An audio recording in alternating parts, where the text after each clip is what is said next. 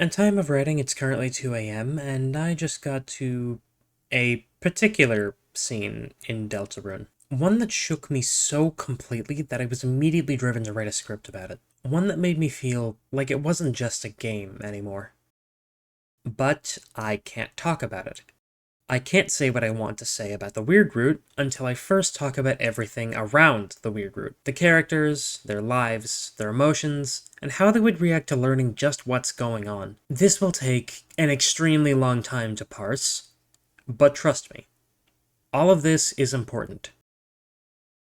Deltarune is a game about 3 middle school kids and the adventures they have in various dark worlds. None of them have the best home lives, and this whole excursion is sort of a break from their lives. And Lord knows any teenager needs a freaking break from everything. We have Kris, the stoic weird kid who would do things like cough up ketchup as a joke, or pretend to be missing a limb to see the shock on their friend's face, before wiggling their fingers and flashing them a mischievous smile. Then we have Susie, who's mean and bad and rude and doesn't have time for any of this. It takes her a while to get into the groove, but the catalyst for her really getting into it is her first friend in a long time, Lancer. It was the first person to say one kind word to or about her in the entire chapter. And then we have ralsei, the prince from the dark without any subjects. He's as helpful as can be, even when it hurts him. He loves his friends to an unhealthy degree and always seems to know just a little bit too much. He isn't really important for the video. It's mainly going to be about Kris and Susie and Noelle, who I haven't said one word about. Don't worry, this video is like 70% about her. And don't get comfortable because the prelude isn't over. As much as I hate to stall for forever on a video, I need to get this all out. If I lay out everything here,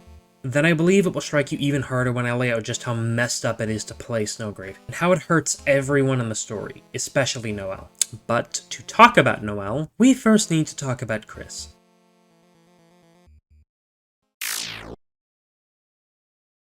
Kris lives in their adequately sized house with their adequately sized nuclear family. Mother, father, brother, and them. It's implied that Kris was either a baby or was very young when they were adopted by the Dreemurr family, due to the line about them wondering when they would grow horns and then wearing devil horns everywhere. It's fucking adorable, by the way. Kris's family is also friends with Noelle's family, the Holidays. They've known each other for years, and they're very, very close. Kris, Asriel, Noelle, and her older sister Des all hang out together, and from everything that we hear about Des and know about Des, it's implied that she had very little respect for rules, regulations, and anything that stopped her from being free. I could see this is something that Kris would admire.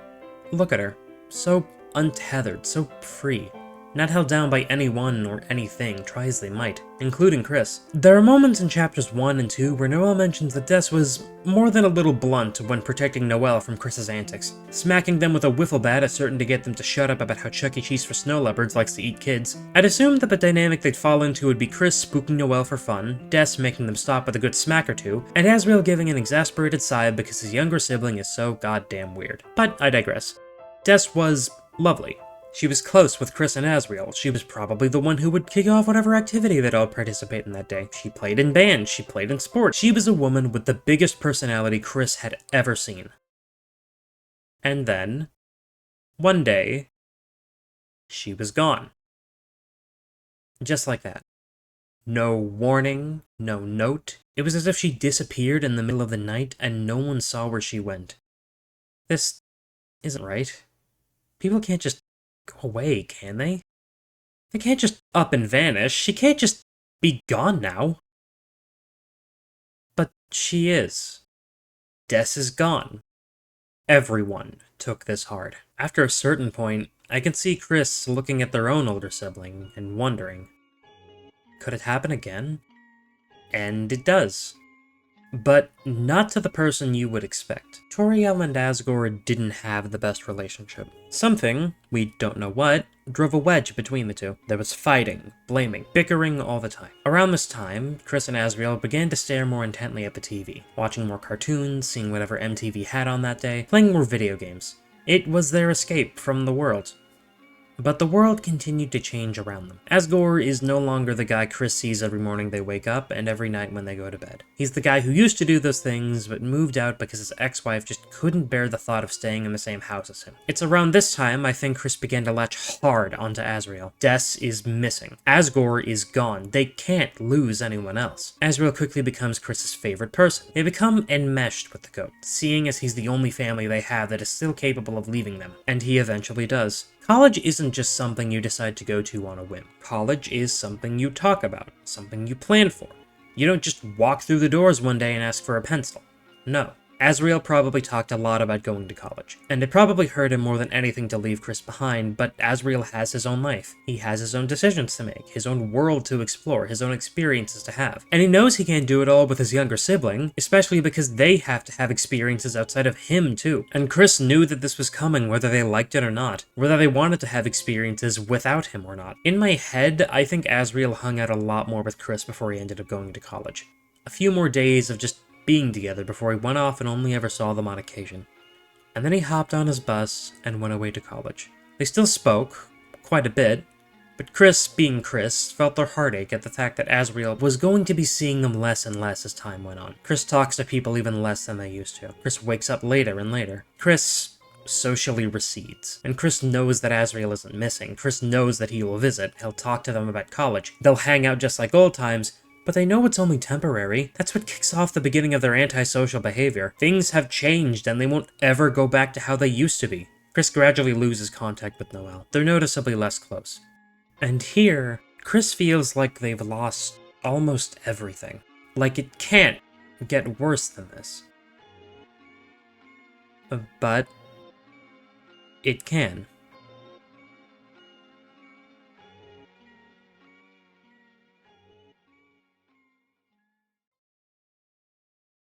Sometime after Asriel's departure, a new girl moves into hometown. A girl who is quiet and bored, and who quickly gains a reputation as a problem child. The girl people avoid. The girl people consider a curse or a bad omen. The girl people never pity because she's lonely, but actively isolate her for some sort of perceived villainy.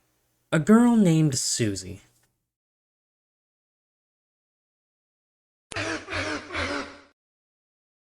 Susie is a tall, quiet, rough-and-tumble kind of girl. It's revealed in Chapter 4 that she moves from house to house to house and has gained a reputation as a bad kid. I want to stress, before I say anything else, just how damaging that is. To be branded as bad, and to have that be all people will ever see you as. I was also a child who gained a negative reputation in school. I believe it was because I needed more attention than other kids, being a child with ADHD, and the school decided that I was automatically on their shit list for that. If you gain a reputation as the bad kid, or more accurately, the kid who requires the teacher to do their job just a little bit harder, you're told by every adult in the immediate vicinity to go and eat shit. And I think that's exactly what happened with Susie. She either did one bad thing, was initially perceived that way, or just straight up got bullied and fought back, so she got a reputation as the bad kid, and that followed her everywhere. It's not out of line to think that she's regarded in hometown the same way she was in every other place she ever lived, because she just needs a little more attention. And for some reason, adults who either have or work with kids see that as the most profane demand possible. And you, as a child, will not be able to discern why you've attracted the ire of everyone around you.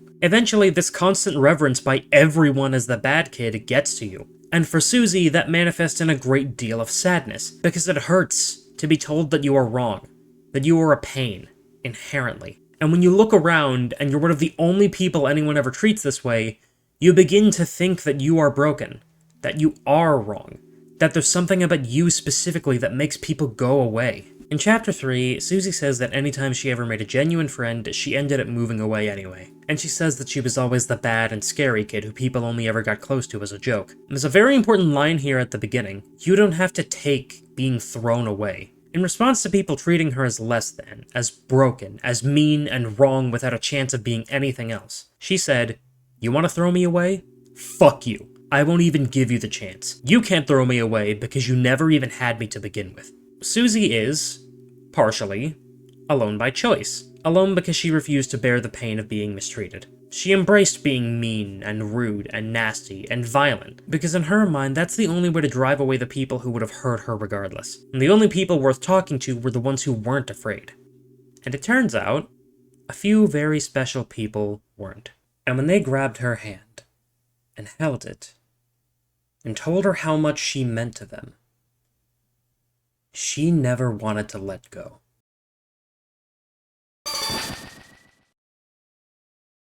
Now we can get into the real meat and gristle. Noelle Holiday is the youngest child of the Holiday household. She has an elder sister named December, and 2 parents, Rudy and Carol. Carol, for reasons unexplained but somewhat alluded to, is a bit hard on Noelle. For this reason, they don't have a very good relationship. It's unknown if it's outright abusive, but at the very least, it is strained. Noelle is nice and respectful, and just an all-around good kid. You can tell that lessons on being a functioning member of society were ingrained into her from a young age. When you want something, you say please. When you receive something, you say thank you. I'm almost certain that this was given additional weight by her mother, seeing as she's the mayor. Mayors have to be incredibly professional in order to run a town. When you go and talk to the NPCs at City Hall, it's all but implied that they're afraid of her. I would go as far as to say that maybe everyone in Carol's life is a little bit afraid of her. So she's Manfred von Karma. Now, something that every member of Noelle's family, and most of the people Noelle is friends with, tend to do is protect her. Everything about Noelle screams that she needs to be protected at any and all costs. For one, she is a dear, the poster child for the word innocent. She's kind and sweet to everyone she knows, and rarely gets outright angry with anyone. Noelle is also a bit of a pushover. She's quick to back down when somebody else takes control of a situation, and prone to just quietly following along. If not for Rudy, Carol, and especially Des, Noelle probably wouldn't have the wherewithal to say no the first time. Of course, her ability to say no all but disappears when it comes to Carol. I know that there's nothing in the text to outright state that, but given everything else we know about her, I'd say there's a case to be made that almost no one who respects her authority would ever tell her no. Noelle's biggest protector is probably Des. She's the only one stated to outright smack people who fuck with her. Noelle loves and reveres her sister so much. She's the one who always comforted her when things got just a bit too scary. She's the one who served as her pillar of strength, as her knight in shining armor, and she's what comes to her mind before much else.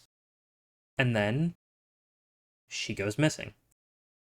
Noelle is a very weak, dependent person, and the universe at large seems to want to push her into being a strong, independent person. First, it takes her sister, and then it takes her father. Then it takes Asriel. Then Carol starts being a little more, for lack of a better term, hostile with her. And then, because Kris is losing everything as well, they start hanging out less and less with Noelle. Not because they dislike her, but because given everything, they need the space. She hasn't lost Kris yet, but it's easy for them both to think that that's where things are headed. It's not all bad though. Through all of this, Noelle has had someone to help her through this tough time. Someone who's a little pompous and arrogant, and maybe even a little bit forceful, but he's still her friend, Berdly. While I don't like Berdly all that much, it would be ignorant to understate his importance in Noelle's life. He's probably the reason you see Noelle with a smile on her face most days, because he's who she primarily interacts with most days. He definitely has issues, and he can definitely be that one annoying kid who you don't really like at times, but something important to note about him is that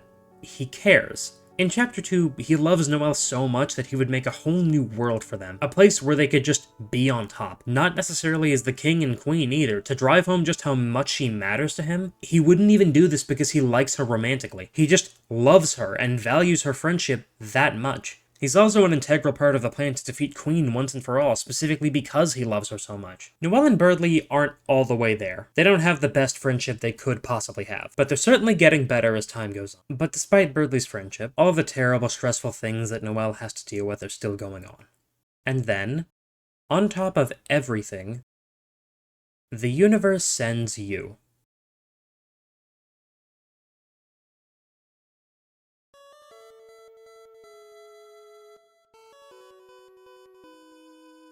Deltarune Chapter 1 is a big break from the norm. The typically uncaring and off-putting Susie gets paired up with the usually silent and unemotive Kris to go find some chalk. Kris is acting different today. I would assume that Kris doesn't exactly like this, but there might be upsides. At least now they can just watch over their own life like a ghost. Lord knows that anyone who's grown tired of life constantly beating them down would like a moment of respite. And while this is an unorthodox one, it does still grant them a bit of a break. Plus, they haven't lost complete control. They fall into the dark world and meet Ralsei. Susie claims to want nothing to do with the place, but by the end of things, having had this experience, which she's not even totally sure happened, she shows a bit of her vulnerable side. She wants to come back tomorrow. And not just because she likes the dark world. She likes Kris and wants to go with Kris. And Kris wants to go with her too. Despite being puppeted for almost all of their adventure, their friendship with Susie is real. This is just speculation, but I think they became friends so quickly because Kris understands. Kris understands what it's like to feel isolated, to feel alone. And while they may have been on the receiving end of Susie's wrath for a bit, any negativity they may have felt toward her has melted away. And Susie reminds them of someone they used to know. After your adventure, you're given the opportunity to walk around hometown, interacting with people. You're allowed to walk into Rudy's room at the hospital where Noelle is surprised to see Kris. Then you can follow her to the gate and ask a few more questions. She's one of the only people in hometown to clock the fact that this is unusual for Kris. She makes sure to specify that it's not bad, per se, but this is certainly odd. In Chapter 2, this difference can be explored even more when you acquire her as a party member. If you backtrack, she's continually worried about just why Kris is going this way, and she's used to Kris being weird, but this feels different.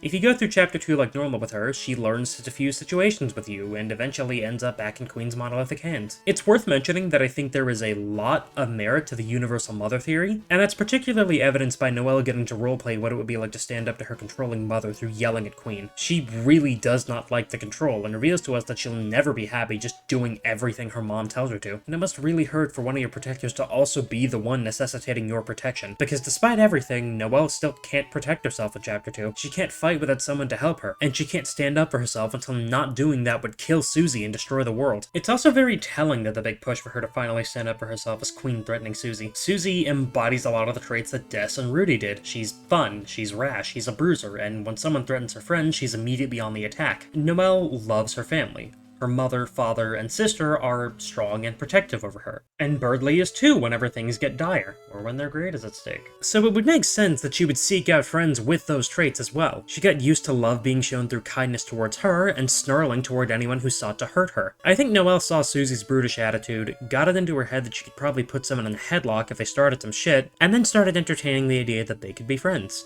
Oh, and she likes lizards? Like, that's just her type? No woman fixates that much on whether or not the reptile girl has a tail for that to not be her type. Everyone in her life is either a mammal or a bird, so this lizard girl is especially interesting to her. Even in what she believes is a dream, she will let no harm come to Kris or Susie. She will stand up for herself when she really, really needs to. There's no doubt that she was scared out of her mind when she did, but she still had to. She showed courage in the face of someone's unjust control for the sake of those she loved. But that was with Queen. Noelle has no relationship with Queen. Sure, she reminds her of her mother quite a bit, but part of the reason why she stood up like she did was because there was almost nothing holding her back from mouthing off to her besides her own fear. But what happens when the controlling attitude comes from someone who she does have a relationship with? Someone who she does love and does care about, and is one of the only companions she has in a strange place. Someone who she's less open to saying no to. What happens when she decides to let Kris take over? I mean, Kris is nice.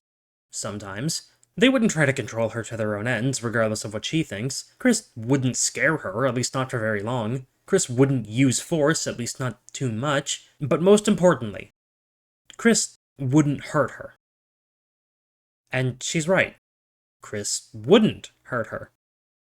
But Kris isn't here right now. Or rather, they are. The lights are certainly on. It's just that someone else is inside too.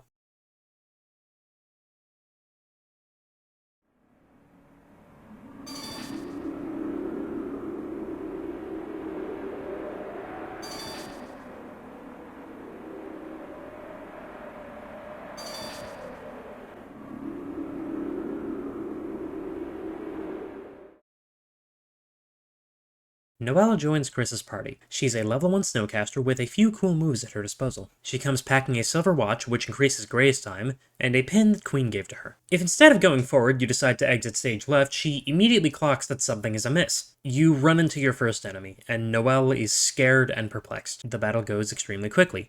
You defend and command her to use Ice Shock. She obliges, and the enemy is frozen solid. This is especially notable because it's a new ending to the battle. Before this point, battles either ended with recruitment, or with the opponents running away before you could do any more damage. But here, the enemy is frozen. The air is stagnant after the fight. All that's said about the enemy is that they are frozen solid. Kris and Noelle don't know what to make of it. Kris is probably shocked, and Noelle is most likely confused, but relieved that nothing bad happened. She's safe now, because she listened to Kris. It's also important to mention the noise that plays and the text that reads immediately after. If you beat an opponent through violence, everywhere else in the game, you get the text, "You became stronger." But if you make Noelle do all the damage, all of the ice damage, the text reads, "Noelle became stronger." And you get a 4-note chime that sounds off. You're thinking, what? What was that? What did that mean? And it's never explained what that means, until the next time you hear it. If you're savvy to Toby's previous game, what I'm about to describe might sound familiar to you. You go back to the trash zone and freeze every enemy in sequence. Some of them are entirely negligible, but you can still choose to freeze them anyway. And all the while, Noelle keeps becoming stronger. Noelle's freezing of the first enemy immediately changes her title. What was once a level 1 Snowcaster is now a level 2 Frostmancer, one who freezes the enemy. This is the closest thing to killing the enemy that Deltarune has. After all, an Eternal Rest is about as close to death as you can get, so following that train of logic, you're making Kris make Noelle either assault people into comas, their bodies left frozen on the sides of the street, or you're making her kill people. The only thing that throws a wrench into the idea that this is just straight up murder is the descriptions of Ice Shock and Snowgrave. Ice Shock does ice damage. Snowgrave, which is the only move in the game that does this, does fatal damage. Now one could argue that it's at least somewhat justified. These people came up to you with the intent to maim, or even kill you. But that reasoning loses its stick once you start actively tracking down enemies. After the first few, Darkners start taking a bit more effort to put down. One Ice Shock hurts them to the point of sleepiness, and at that point the battle can be won using Sleep Mist, but you persist. You freeze them. And like in Undertale, the only reason you're doing this is to see what happens. The road puzzles disappear after you come back. The way is clear, and you're free to freeze down everything in your path, collecting HP and raising just how much damage one Ice Shock can do. It eventually reaches Rudebuster territory with 1/3 of the TP cost. You walk up to a shop owner and tell him that you and Noelle might be an item, to which he offers you a ring. You want to get it, but it's just a little too much. Then you say, get it again. It wasn't Kris stating that they want it. It was you telling Noelle to get it. You repeat yourself, and you repeat yourself again, and again, and again. And faced with the internal question, don't you want to get stronger, Noelle...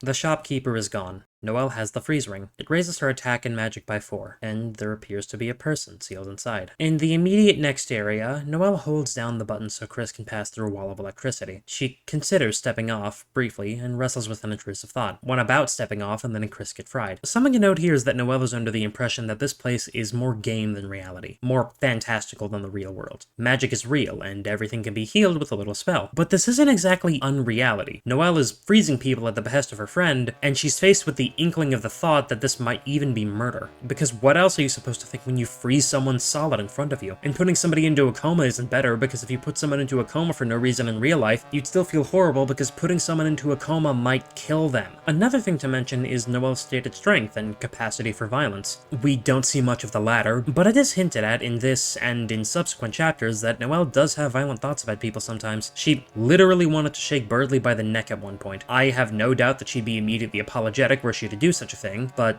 still, those are thoughts that she had. The entire reason Queen wants Noelle so badly is because of her strength. She wants to be allied with her so she can unleash the sheer power within her. Because if Noelle realizes her will and uses it to make a dark world, she can keep drinking acid martinis while the world kneels beneath her 670-foot sharpened stilettos. This relates to how the magic certain characters are capable of are indicative of their personalities. Ralsei typically has healing and protection spells because all he will allow himself to be is a support. Susie starts off with a Rudebuster because she's so used to just mauling people, but later on gets some pretty good healing abilities as she grows as a person, and she supports Kris more and more. Chapter 4 is actually where most of the cruisy content lies, which is why her healing becoming actually useful is a nice cherry on top. The dormant power in Noelle is the active power in every other member of her family. Rudy threatens to beat ass at the drop of a hat, Des will bitch slap you if you start to act a fool, and Carol is literally Manfred von Karma. All three of them are capable of getting incredibly serious if shit gets real. Rudy seems really nice, but he also seems like the kind of person who would look you in the eye very slowly, gently place his hand onto your shoulder, and very calmly tell you to get the fuck out of his house before he beats the shit out of you. Everything about Carol screams Ice Queen, and if you believe Des is the knight, just look at all of this. The only outlier is Noelle. Her coldness, her iciness is definitely there, it just needs to be brought out of her. And it'd be a shock if someone like her snapped at you, an ice shock. Anyway, that's why Noelle's attacks are doing so much damage now. That's why she's able to one-shot and two-shot enemies. Noelle doesn't typically act on any violent thoughts she may have. This is because she's a good person, and she likes being a good person. It's also why she didn't step off that pressure plate. See, I brought it back. But her confusion, paired up with her being made to mow people down on the street, and just recently icing a man to steal a ring so she could become stronger, has upped her consideration just a tad. So her leg twitches for just a moment. It lifts, but quickly returns to its resting position. She tries to tell herself that those thoughts are terrible, they're horrible, and you're given the option to say something in response. It doesn't really matter what you say here. What really matters is what that means. Noelle thought those things, and you responded. She quickly rationalizes this, thinking she must have just said that out loud, but no matter how she tries to pull the wool over her own eyes, I think she knows.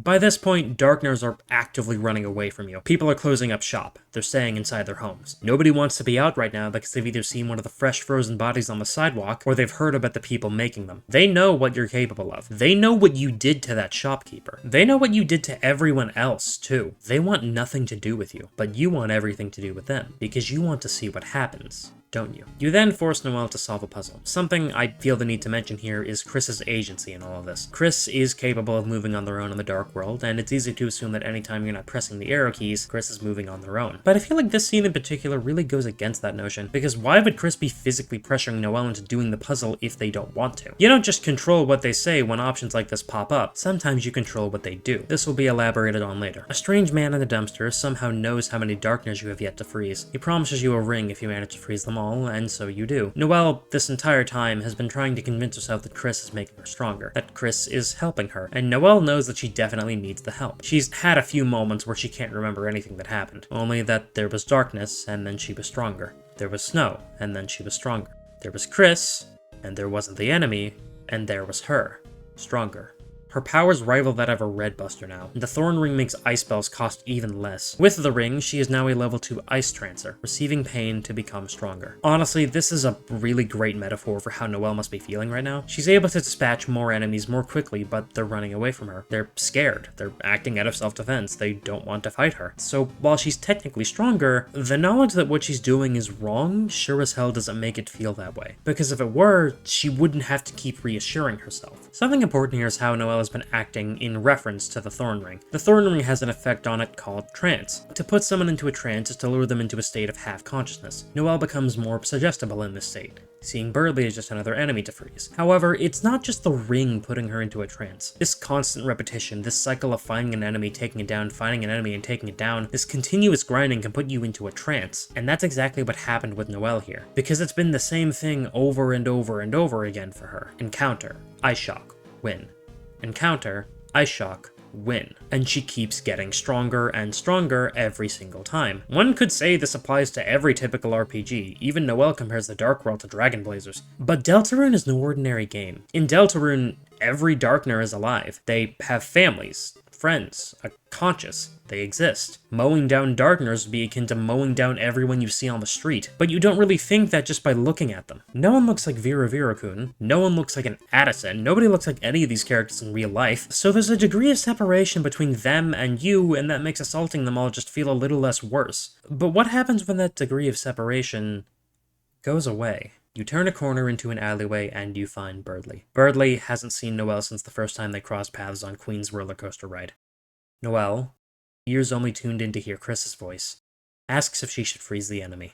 And then Berdly snaps her out of her trance, and she panics. The music tenses immediately. She seems shocked to see him in the way. He inquires as to exactly what's going on, the concern on Noelle's face staving off his usual preening and posturing. He's worried about her. And he's immediately on the attack when you just command her to proceed. Noelle tries to get him to run away because she knows what might happen if he stands in their way, but the battle begins. Something I haven't been talking about much is the word you keep saying to Noelle, proceed. You tell her to proceed every time you're given the option because that is all you're concerned with at this moment. Proceed, go forward, keep moving. Because a big theme of the weird route is also a big theme of the genocide route in Undertale. Getting to the end, seeing what happens, cutting down everyone and everything in your path so you can see the end. And Noelle knows this. Noelle knows that any and everything that gets in your way is going to meet the cold end of an ice spell whether they like it or not. And so far, she thinks Kris has been doing this to help her, to make her stronger. But surely they wouldn't tell her to do that to a friend, would they? Kris can be weird, and mean, and scary, and sometimes they do it for fun, sometimes they do it just to mess with her. And all of this might be the most elaborate plot to freak her out that they've ever conceived of, but that wouldn't include hurting her friend, would it? That wouldn't include freezing Berdly, right? It wouldn't involve maybe killing him. right? Berdly's attacks have gotten faster, harder to dodge. He isn't playing around. He's trying to keep you from hurting Noelle any more than you already have. Berdly doesn't like Kris all that much, so they have no qualms about kicking their ass if need be. Kris defends. Noelle defends. Berdly attacks. Kris defends. Noelle defends. And Berdly attacks. Noelle is waiting for the command, her own mind toiling over whether or not she should even try it. She's waiting for them to give the command. She's waiting for them to say, Ice Shock, when something else hits her ear.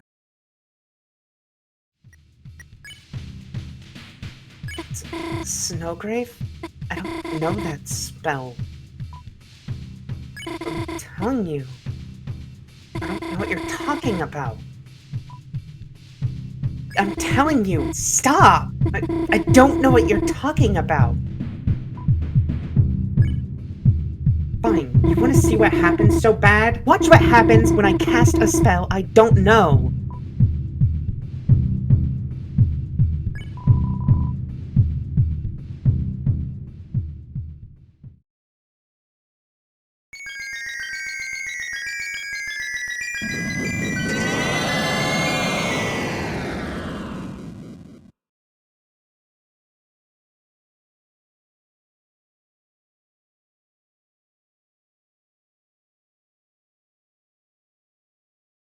The rest of the game, and in a way the second half up until this point, is rather lackluster. And it's lackluster for a reason. You've spent the latter half of the game slaughtering people who very easily could have been talked down. You don't get to play a fun game after that. Spamton's taken over the palace. There's a few battles here and there, you can't buy things from the shop, and while the game is still a little funny, the weight of your sins are heavy in the air. You can't go back outside, can't explore the basement, can't explore much of anything. Enemies are just there, waiting for you to interact with them. Once again, the game is punishing you because good people don't get here. The end kind of just happens. And Queen tells you that Noelle is far too awake for her plans at the moment. And even though she doesn't like Berdly all that much, she still looked for him and couldn't find him. She's not exactly sure what happened.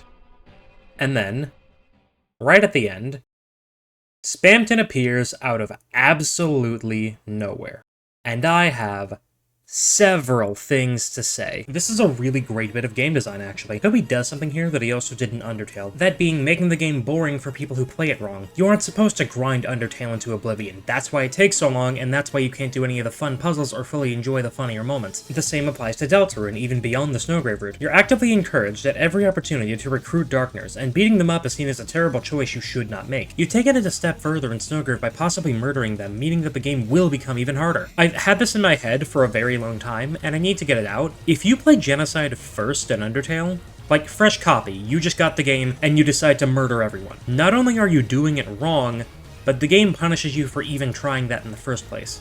It tells you not to play the game like a traditional RPG by 1, making it boring a sin, 2, making you feel guilty for all the murders you're committing, and 3, throwing fights like Undyne the Undying and Sans Undertale at you. If you play the game in the wrong order, you flat out do not know what Undyne's gimmick is. And why should you? This isn't a fair fight a warrior is giving you, this is a knight protecting the underground by not giving you a verbal explanation of how her powers work. You'll probably just be sitting there trying to move and not knowing how. The same thing happens with Sans, among a lot of other blatant cheat moves by him. You don't know how gravity works because you killed Papyrus before he could show you. Sans goes first, blatantly avoids your attacks, and attacks you outside of his turn. And you have to cheat the game to progress. Like I keep saying, these are punishments for not being a good person, because once again, good people don't get here. The same sort of thing happens with Spamton Neo. Not only do you not have 3 party members for even damage distribution and a higher damage output, but you also don't get the fun of 1, meeting Spamton, 2, learning about a story and completing a side quest, and 3, fighting him with a much more interesting setting. I'll be completely honest, the first time I fought Spamton Neo was in Snowgrave, and it was hard. Spamton on regular difficulty is hard, but Spamton without allies, and possibly even without good items, since Noelle does most of the attacking for you, and you'll probably just forget to equip Kris with anything, is hard.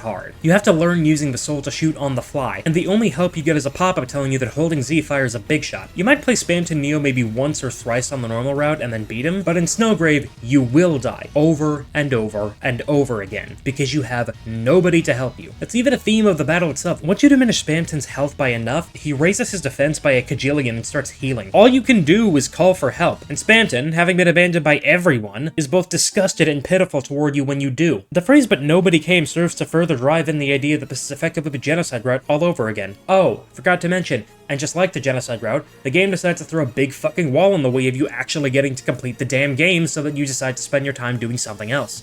I'm gonna dip into a little bit of what the main theme of this video is, that being how incredibly fucked up it is for you to do this, given the context surrounding the characters. Before Chapter 3 and 4, you don't know the ins and outs of Susie's life, but if you're smart enough to get inklings of it and notice how psyched she is to finally have a new friend, you should have some idea. And you should definitely know that Kris isn't totally down with the idea of you controlling them. If you've played the normal route before this point, you know about Des, and you know about Kris's history with Noelle. You know that they're very close and have known each other for years. And you know that Noelle is the one thing they have left of their old life. And for someone like Kris, they would want to protect her with their entire soul. Okay, maybe workshop that one. You'll notice that mention of a lot of Kris's pranks tend to be from when they were younger, probably before Des and Asriel went away. I think Kris stopped because they didn't want to do anything to risk their relationship. Now, given everything I've said about these characters, it paints a pretty horrific picture of you. You, knowledgeable about Susie's lack of companionship, Kris's lack of control over their own life, and Noelle's lack of a backbone, decide to force Kris to make Noelle commit assault and battery, and possibly even murder. You make somebody who is a puppet in your hand force the one person they would move the earth and moon not to hurt, turn a city of people into a city of frozen bodies. And by extension, you put Susie's trust of that person in jeopardy if she finds out. Because Susie just hurts people until they run away, until they leave her alone. She's wholeheartedly against sending people into a coma or maybe even killing them. And if she saw this, and she saw Kris forcing someone to do this, she would probably never speak to them again. Because isn't that what anyone would do? If you found out that a dear friend of yours was assaulting innocent people, you wouldn't want to be anywhere near them. And it's especially horrible for Susie, because here's not only another friendship that was doomed to fail from the word go, but one that she's going to have to terminate herself. Do you have any idea how hard it is to end a friendship, no matter how toxic, when you're already so used to being alone? I, in the past, have been on the receiving end of the strings, and I know what it feels like to have your abuser feel nothing when you express disdain at their controlling behavior. It's a horrible feeling. It hurts to not be able to speak, to not be able to move unless someone directs you, unless someone commands you to. And it hurts to have your privacy thoroughly invaded. And though I haven't been in a situation like this, I would imagine that it's soul-crushing to be forced to hurt your friends, and then to not be able to explain yourself. And it hurts even more when you know that you're dependent on the one controlling you to be alive in the first place. So with that said, can you fathom how mind-shatteringly horrible you would feel if someone controlling most of the actions you perform, and most of the words that come out of your mouth, set you up to not only lose a good friend, but also your first new friend in ages? You would go insane. And you would feel insane if you were Kris right now. Even in the normal route, if I were Kris, I would be keenly aware that at any moment my puppeteer could force me to start hurting people, and that thought would keep me in a perpetual state of anxiety. That's why Kris rips you out of their body at night. It's the only time they can breathe, the only time they can relax, and it's made even worse here. In the normal route, Kris needs you, but also dislikes being controlled by you. At the best of times, they're numb to your control, and at the worst of times, they're either incredibly uncomfortable or agitated at you. In the weird route, you're never explicitly told that Kris hates you, but you can infer it based on, well, what you make them do. At least in Chapter 2. The message becomes more direct once you get to Chapter 4.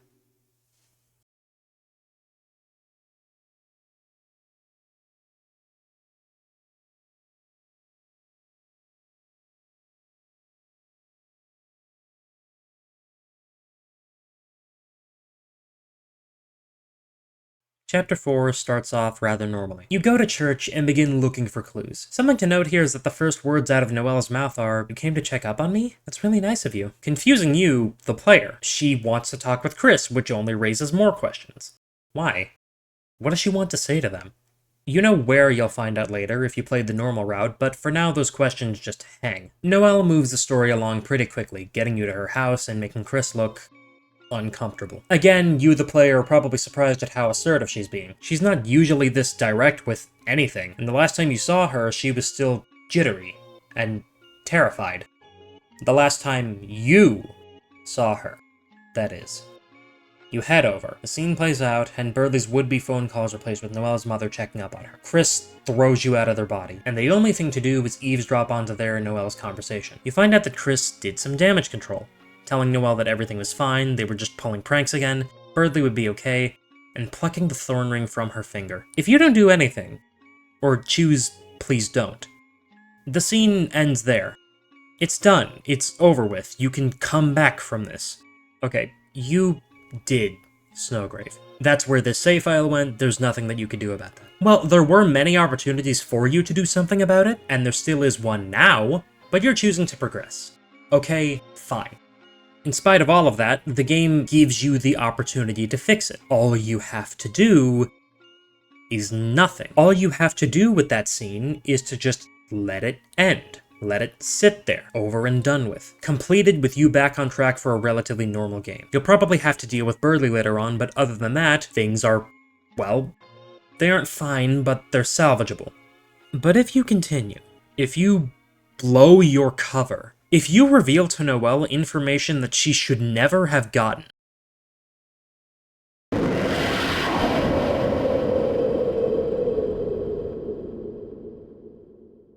the air tenses. The palette changes. You can feel a chill embrace your entire body as you continue.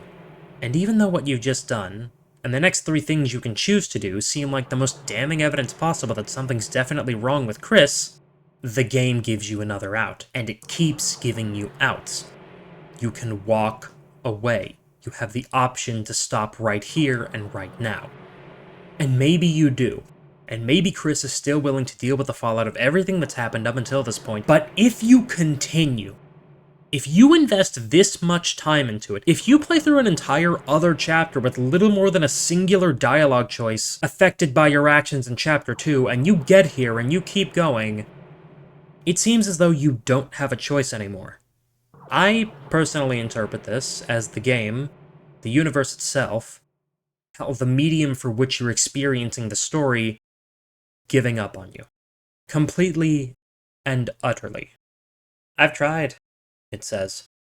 I can't outright stop you from going this way, but I sure as hell don't have to be here to watch. You continue down this road. You pull out the thorn that Kris pulled from Noelle's finger. Kris is too weak to stop you. And then, despite her protests, despite her begging,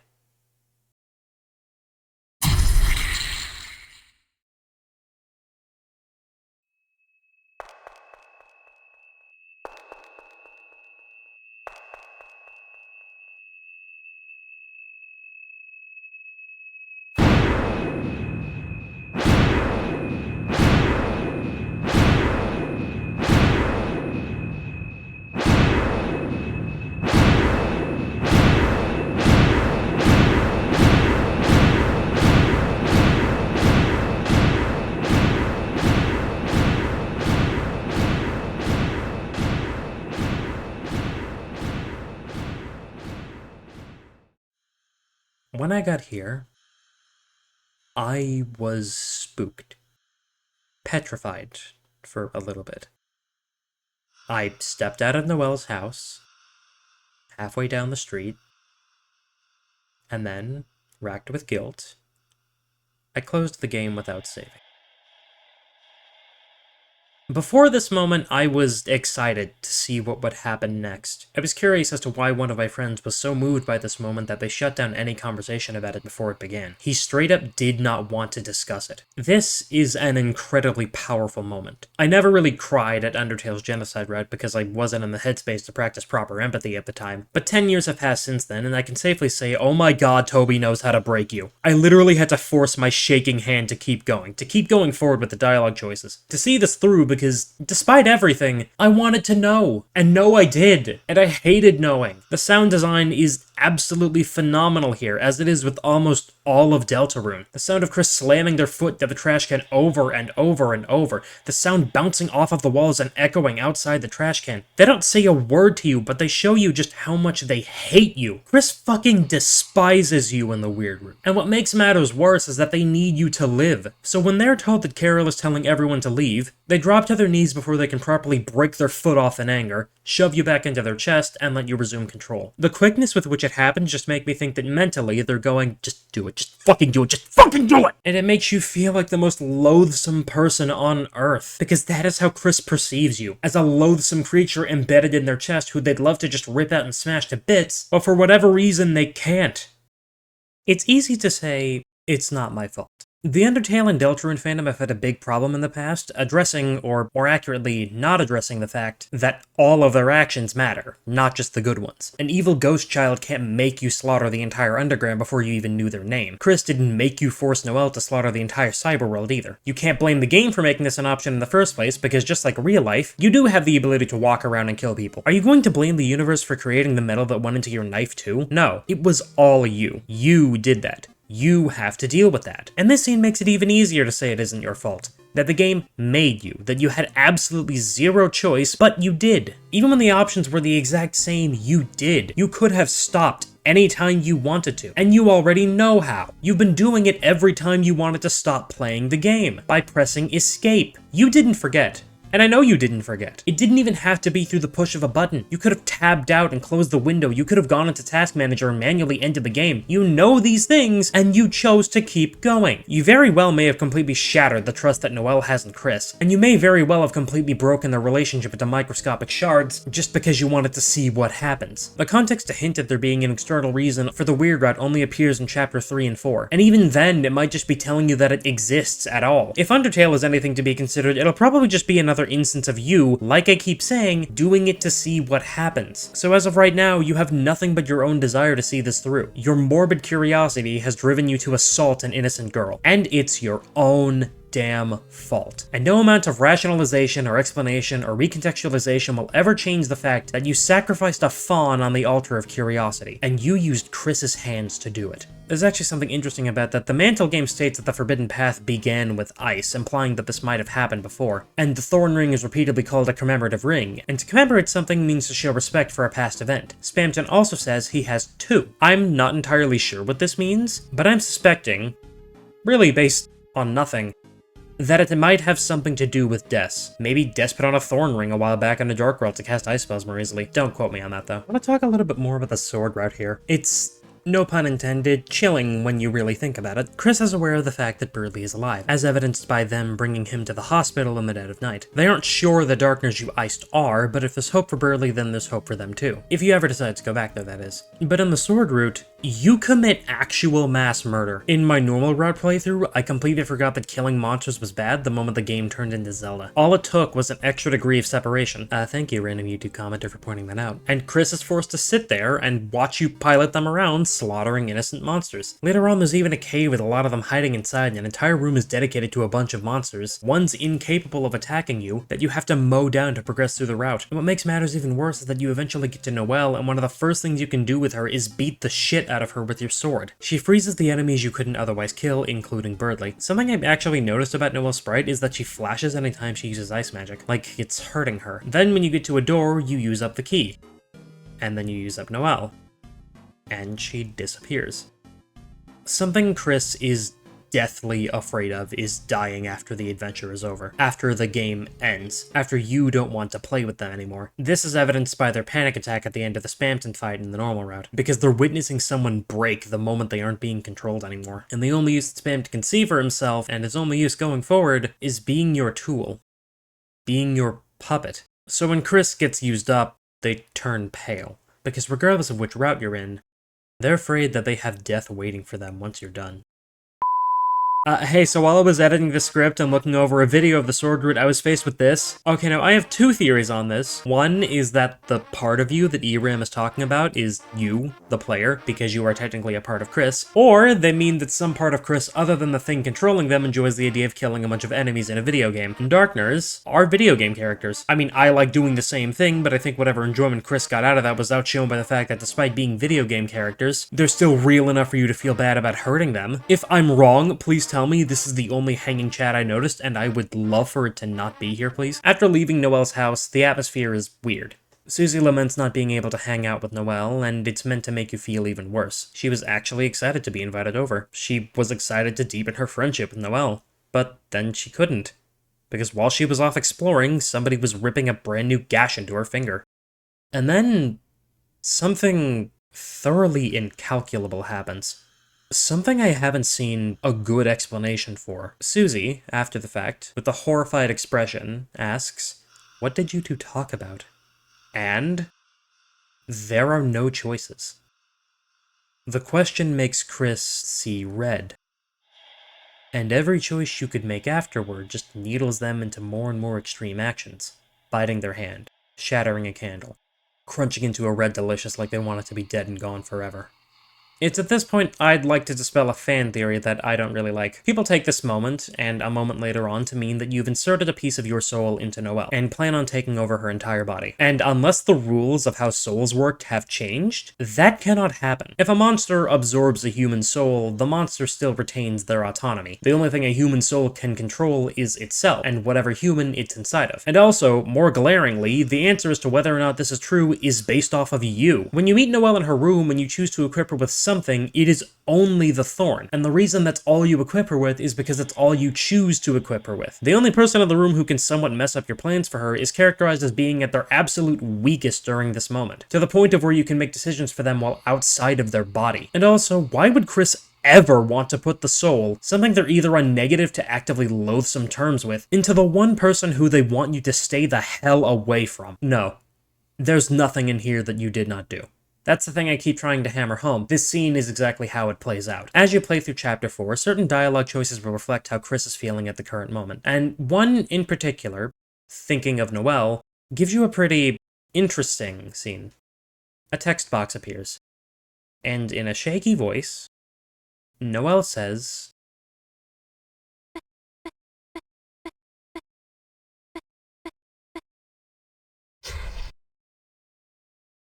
I tried to wrap my head around what this means for a long time, before coming to the conclusion that Noelle is thanking you for giving her the thorn ring. Now, why would she be thanking you for stabbing her? Well, it's because of a couple of reasons.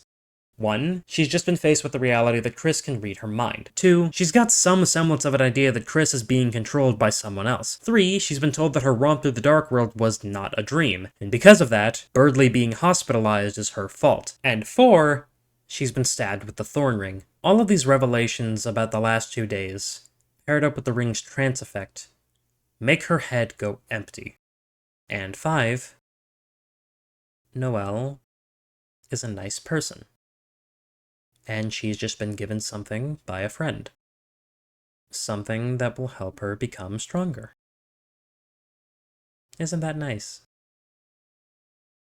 And when your friends give you something nice, you say thank you.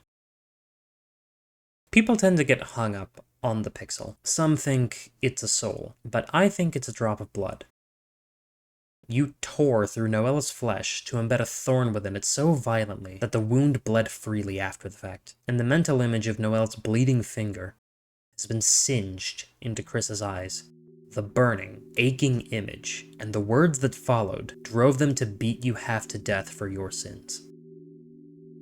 Laying out everything, the weird route in Deltarune is one where you put every single relationship Kris has in jeopardy. No one but Noelle has even the slightest idea that Kris is being controlled, so if they found out what they've been forced to do to her, the first question they'd be asked is, "Kris, why would you do that?"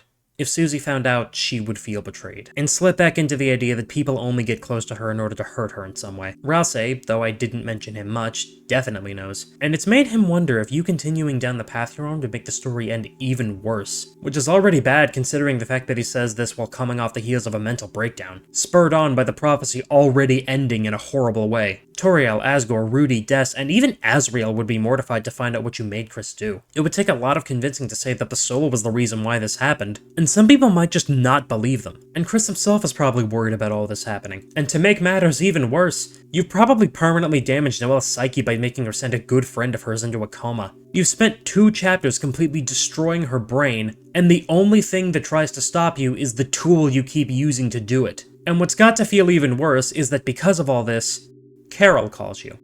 I don't think she's aware of your abuse. Only that Susie grabbed a guitar, and maybe Noelle got hurt somehow. But given how protecting Noelle is one of her prime motivations, I don't think this phone call would have happened if it got out that Noelle had been stabbed. She says, she's really looking forward to seeing you tomorrow. The call drops.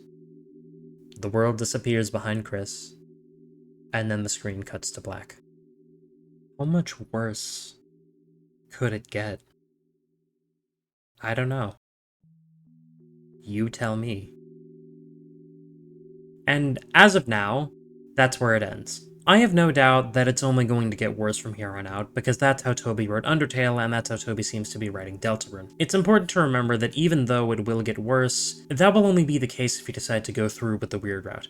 What it all leads up to, I'm not sure. I can only assume that it will give you an alternate ending to Deltarune, and I don't think it will be a better one. It would be really easy to assume that the story is going in the direction of, the weird route has to happen if you want to save everyone from living with stage 4 darkness cancer, or something that would completely destroy the theme that Toby Fox keeps trying to push. Fuck, now that I think about it, the fandom's reception to Undertale might have actually inspired the weird route in some way, because it becomes incredibly clear that you are doing all of this from the end of the first chapter, and at the beginning of chapter 4, it hammers that into your head. I'm looking forward to seeing where Toby goes with this, because, well, I haven't learned my lesson. I also want to see exactly where the game goes, and just that they plan on telling a story about what happens when some eldritch abomination decides to take over someone's entire life and hurt their friends. Because that's simultaneously one of my biggest fears, and also a very interesting story premise. I want to see how it ends, which I guess makes me no better than the hypothetical you I've been speaking about. I could throw up my hands and say, oh, it's just a game. But given the fact that Chapter 3 keeps talking about how even though someone isn't real,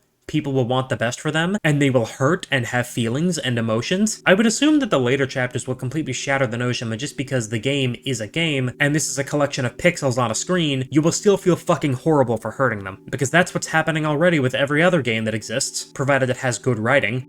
So, yeah, I hope you enjoyed this monster of a video. If you did, tell me why, and if you didn't, also tell me why. I decided to write this video in a style that is different from a lot of my videos. Usually I just stick things together as quickly and rapidly as I possibly can. You know, I like to go from beat to beat most of the time, but here I tried to let things sit. I tried to let things linger just a bit longer. A more emotionally cognizant kind of writing. It was meant to make you feel things, and if it didn't make you feel things, then I apologize. If it sucks, please tell me, and I will not do it again. I'm Crab, and thank you for watching.